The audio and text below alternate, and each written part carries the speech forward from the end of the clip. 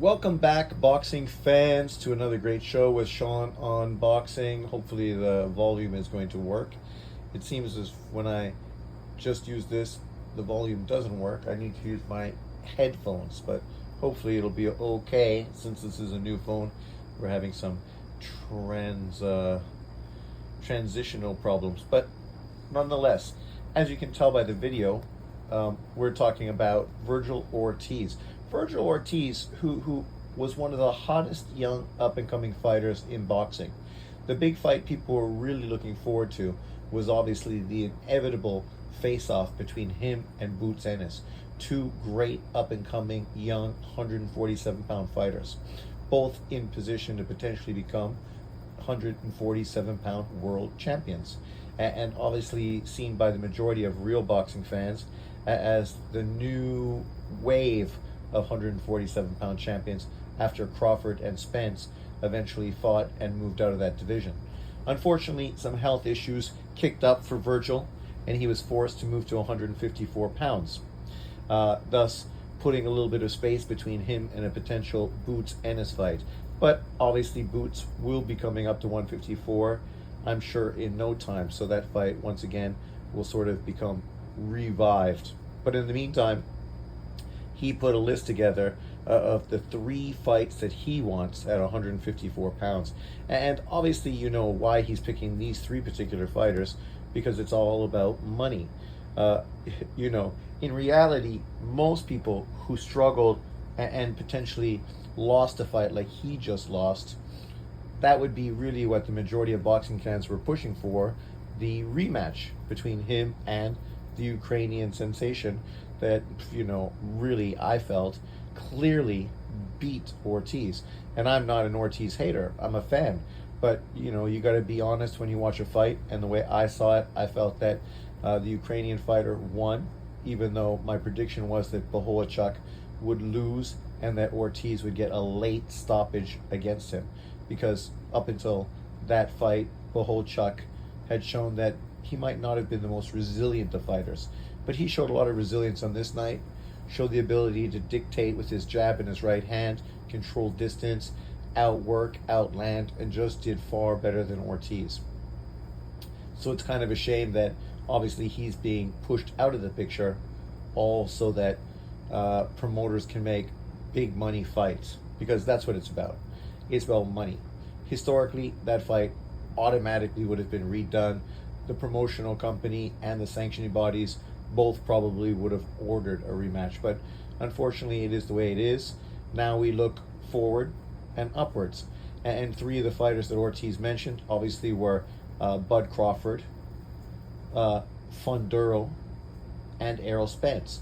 As far as Crawford, I mean, that's the fight the majority of us felt was already in the bag. We felt that that was the fight that was going to happen. Some people talk about Crawford ducking Ortiz and Boots Ennis at 147, but yet, if you really followed the sport, you would have known that both of those fighters were in position to get a mandatory WBO shot against Bud Crawford. Yet both of them chose to move away from the WBO to go chase other fighters in different sanctioning bodies. Obviously, Boots went the IBF route to chase a potential Errol Spence fight, and Ortiz went the WBA route, chasing a WBA regular title with Stanionis. So, leading into this fight, what we were hearing from Saudi Arabia and from everybody else is that obviously Bud Crawford, Virgil Ortiz was the next fight to get done. And prior to Ortiz's less than stellar performance, that was a fight people were very excited about. It's a fight that people really could see the marketability for it, obviously to the American market as well. You're hitting both demographics with Mexico and Black America, and obviously that would be, the perfect sort of storm in pushing a pay-per-view. But unfortunately, based on Ortiz's performance, some of the buzz has died down, just like some of the Canelo Bud Crawford push has died down after Crawford struggled a bit with Madrimov, right? Because they feel if he struggled with a Madrimov, what's he going to do going up two more weight divisions against Canelo? And these questions have a lot of truth in them, but yet, styles do make fights. These fighters all don't fight the same, so you got to sort of take that with a grain of salt. But nonetheless, for me as a boxing fan, I would be still excited about an Ortiz Crawford fight. But at this point, I do feel pretty confident that Crawford would beat Virgil Ortiz. That's just the way I see it. But yet at the same time, I'm hoping Bud Crawford gets a chance to fight all the top guys at 154 pounds.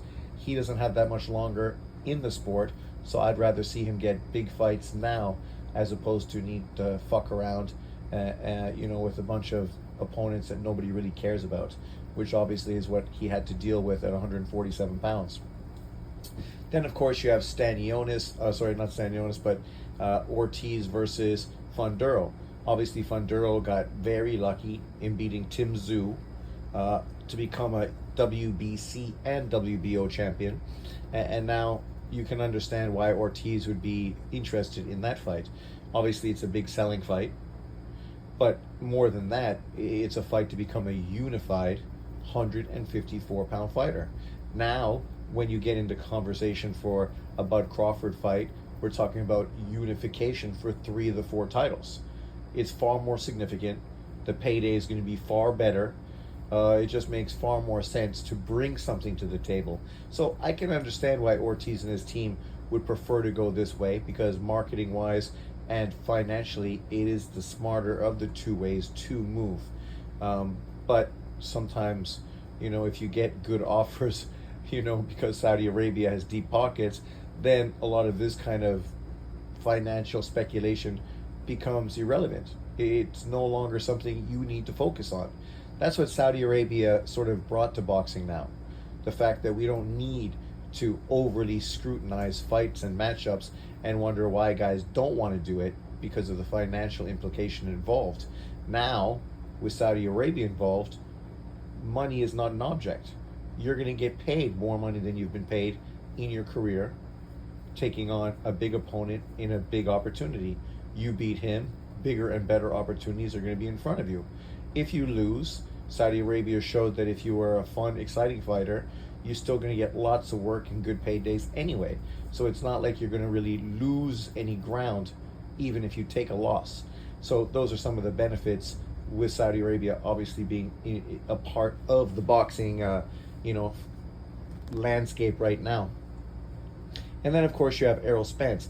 And I understand the Errol Spence thing. Some people might think, come on, let's be real.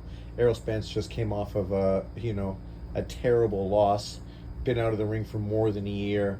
He's really the last person anybody should be looking for in a big world title pay-per-view fight right now, because nobody even knows what this guy's doing and what kind of shape he's in. Obviously, he's still having health issues. He's a guy who no longer has a trainer. So, moving forward, that obviously brings up some issues as well. He's also a guy that talks about how he's made so much money, he doesn't need to continue fighting now. So you can kind of see that, he's got 1 foot in and 1 foot out of the boxing door, meaning that motivationally wise, he's probably not that determined or motivated to take on a really tough, dangerous opponent at this point of his career. But obviously, Ortiz and Spence have a history. 2 Dallas boys, because of that, obviously there's a real connection between the 2 of them. This is a fight that would do huge in Dallas. And it was a fight that, Ortiz alluded to early on when he was a up-and-coming prospect at 147 pounds. Now, he's the guy that's kind of at the top of the game. Errol Spence kind of needs to rebound, bounce back, and this potentially could be the best opponent and a huge payday to boot. So you can understand why both teams would be very interested in making this kind of matchup. And I, as a fan, I think it'd be a great fight. I think it's a far more competitive fight than Ortiz versus Crawford. And because of that, it's a fight that I'd probably be more interested in, because it is more competitive. And because it's more competitive, inevitably it will be more entertaining. So I will get more of my money's worth out of that fight. As far as him versus Funduro, obviously that's going to be a fun, entertaining fight. Both guys are kind of limited technically wise, but they both have a lot of heart, a lot of hunger, and a lot of determination. So that just leads to what inevitably is going to be a great matchup between the two of them. And then you still have Tim Tszyu in the picture. And I know that Ortiz, unlike Spence and Funduro, isn't part of the PBC. Crawford obviously isn't part of the PBC either. But you might as well bring Tim Tszyu into this as well.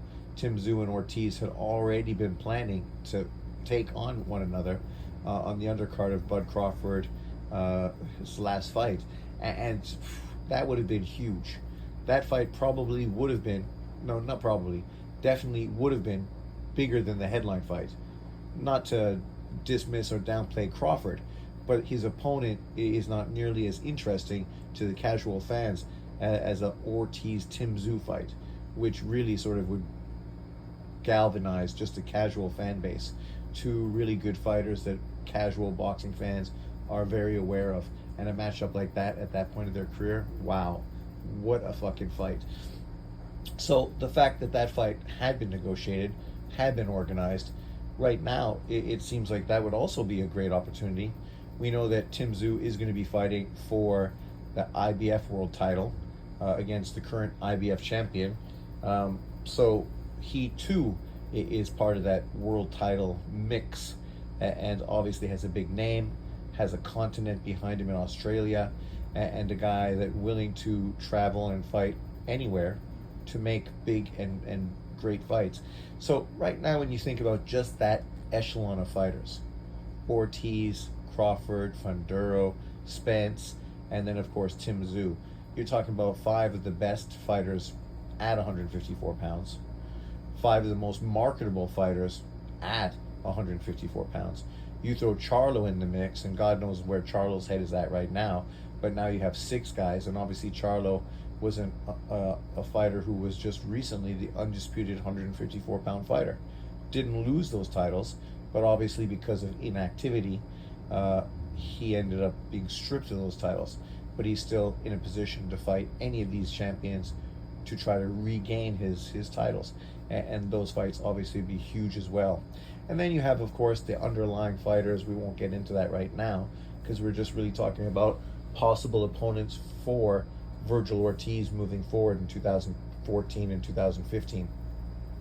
And as a real boxing fan, you know, you got to really appreciate what's going on at 154 pounds.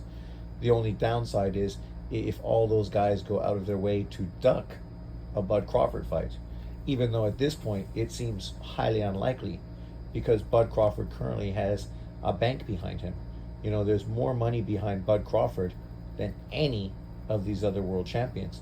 And because of that, you feel he's in kind of the A-side position that Tank Davis and Canelo are in, where they can just make the fights they want because they can actually make the offers, right, to convince anyone to accept. And we'll see how that works moving forward. It does seem like there is some resistance, some in-fight planning that's going on. We have seen the PBC historically go out of their way to kind of duck and dodge Bud Crawford, both at 140 and 147 pounds.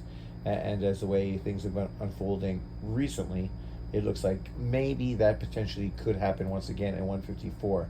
But crossing my fingers, hoping that this kind of hurdle isn't there anymore, because currently we don't need that shit. Boxing is in a great position. All promoters have really kind of worked together under one umbrella, and because of that, really any fight that makes sense should easily be made. But we'll see what happens moving forward. Let me know in the comment section below, who would you prefer to see Virgil Ortiz fight next? Thanks for watching. Peace out, and I'll see you next time.